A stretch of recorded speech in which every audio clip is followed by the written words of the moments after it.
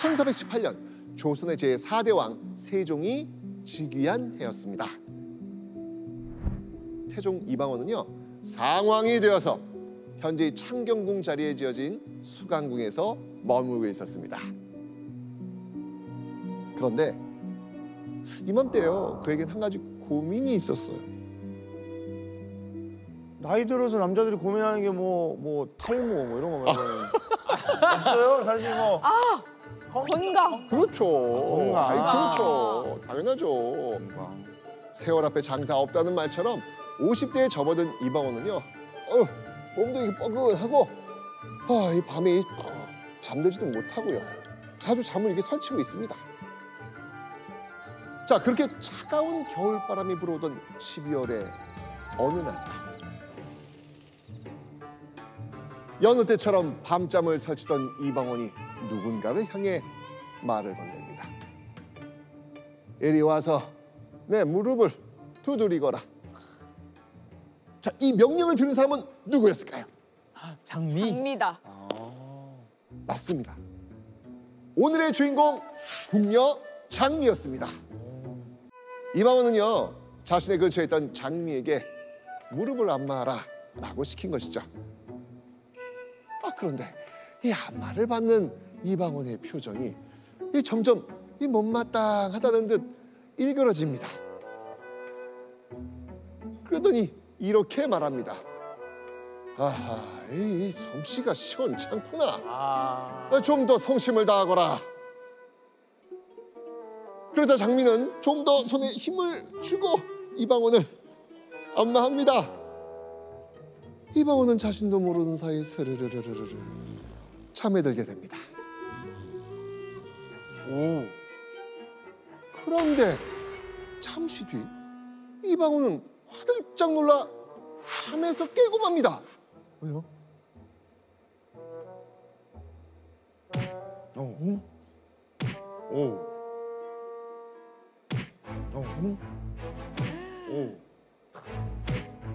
이거 보통의 안마 이렇게 주무르는 효과음이 아닌데. 이거는 때리는 거 아니에요? 때리는 거야. 맞습니다. 궁녀 장미가 두 주먹을 불끈 쥐고 이방원의 다리를 퍽퍽 때리듯이 두들기고 있었던 겁니다. 어찌나 세게 두드렸던지 그 충격에 이방원이 잠에서 번떡 깰 정도였죠. 아니, 지금 얘가 제정신인가? 아니, 내가 지금 꿈을 꾸고 있나? 온갖 생각이 머릿속을 순간적으로 스쳐 지나갔을 겁니다. 나 궁녀 신분인 장미가 왕을 퍽퍽 때렸다? 그야말로 이건 전대미문, 이건 극형으로 다스려야 될 엄중한 사건이었습니다. 그래서 이방원은 아니 대체 왜 내 다리를 그렇게 내리친 것이냐 라고 물었겠죠. 그렇죠. 자, 이때 장미는 뭐라고 대답했을까요? 시원하게 해드리려고 더 압의 세기를 높였다. 근데 그게 그렇게, 가장 안 죽을 수 있는 방법 아니에요? 그거 말고는 대답할 게 없어요. 다 위험해요. 자, 조선 왕조실록에 적힌 그녀의 대답을 한번 확인해 보시죠. 뭐지?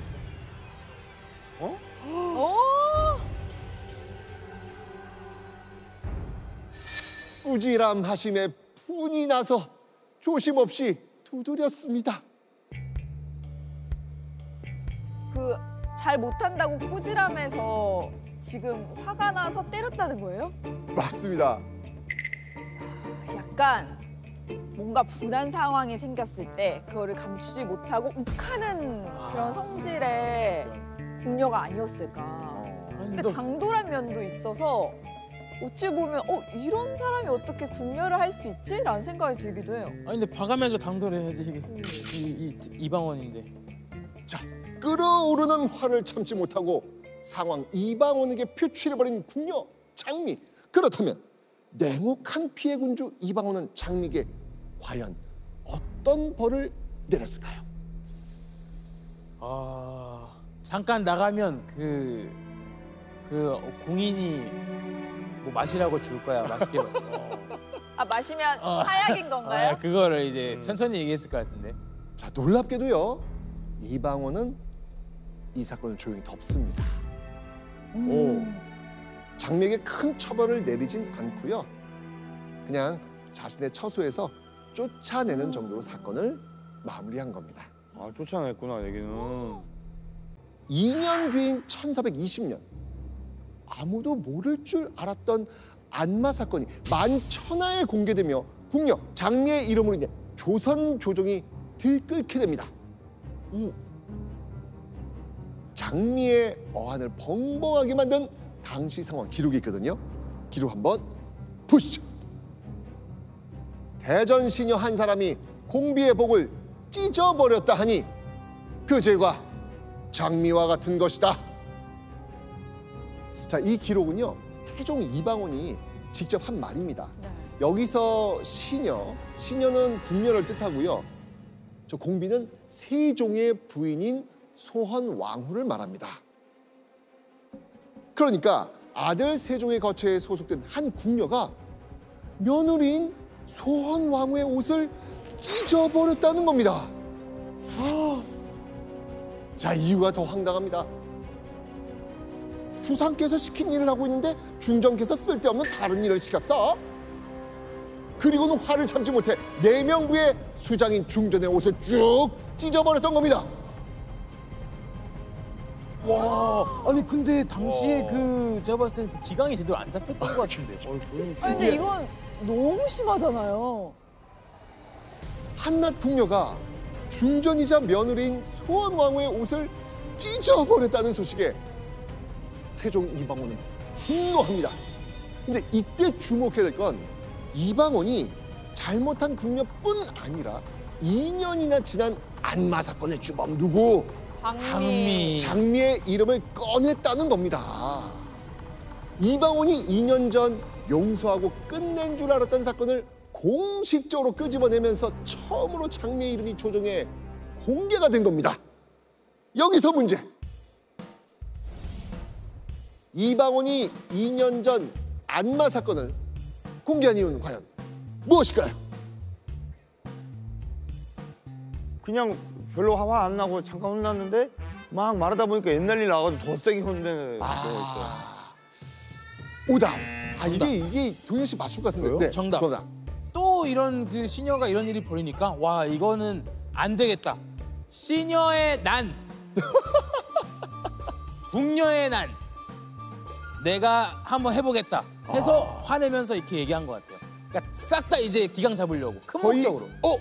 다시 뭐라고요? 큰 목적으로 싹 다 혼을 내려고 이제 이방원이 그렇게 얘기한 겁니다. 상황이. 방금 아까 조금만 썼던 단어 그 단어 좋아. 정답. 그 단어 좋아. 99.9%. 정답. 싹. 장나인이 대답하겠습니다. 자, 장나인 마무리 지으시오. 나단 씨가 얘기를 했습니다. 네. 체계를 잡기 위해서인데요. 싹 다 갈아엎어서 기강을 잡기 위해서입니다. 정답. 기강. 얘기했잖아요. 아니, 저 처음부터 얘기했던 건데 기강 잡으라고. 기강 얘기를 했잖아요. 아 진짜 장나인. 자, 이 태종 이방원이 2년 전 사건을 공개적으로 들춰낸 이유, 지엄한 궁중의 법도를 흐트러 놓는 궁녀들의 기강을 바로 세우기 위해서였습니다. 맞아요. 아, 그럴 것 같아. 그쵸. 예. 소헌왕후의 옷을 찢은 궁녀와 함께 이 또 다른 본보기로 기억하고 있었던 그 2년 전 사건의 주인공 장미를 내세운 겁니다. 2년이 지난 이때까지도 이방원은 장미에게 당한 일을 여전히 마음속에 담아두고 있었던 겁니다. 많이 담아뒀네요, 마음에. 근데 이후 사건은요 점점 더 심각하게 흘러갑니다.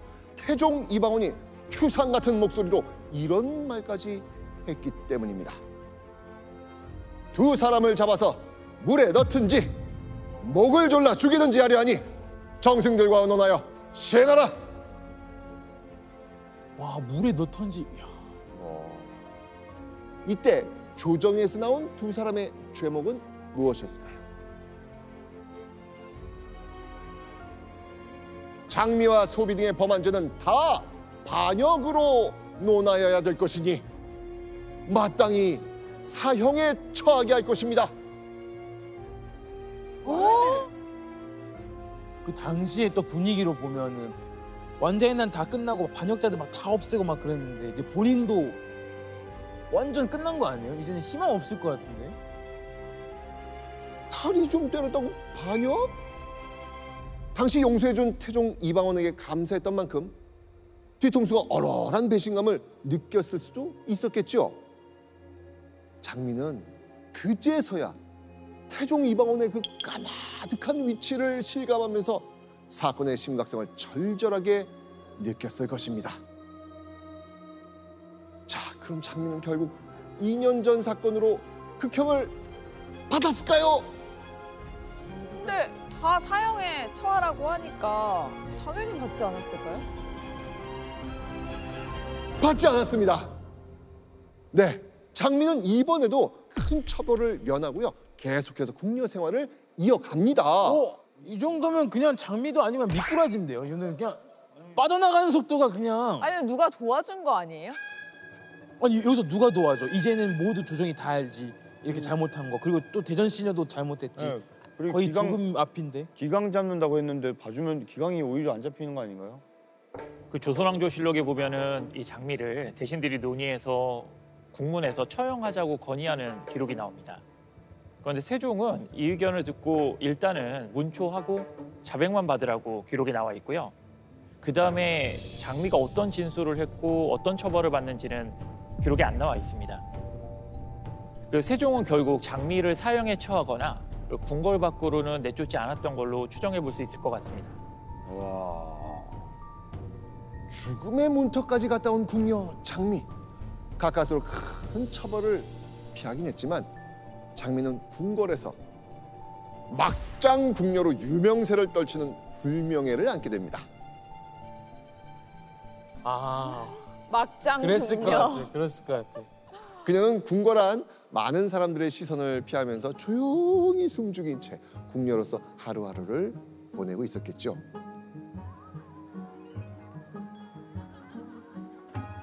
자, 그렇다면 궁녀들은 하루하루 어떤 생활하며 지냈을까요? 궁궐에서 살며 일했던 궁녀들은 직장이 곧 집이다 보니까 흔히 워라밸도 없이 일만 했을 거라고 생각하죠. 하지만 궁녀들은 보통 하루 일하고 다음날 하루 쉬는 격일 근무제였습니다. 와, 아니 근데 너무 좋다. 괜찮죠? 근데 근무 환경이 너무 좋은데요? 그러니까.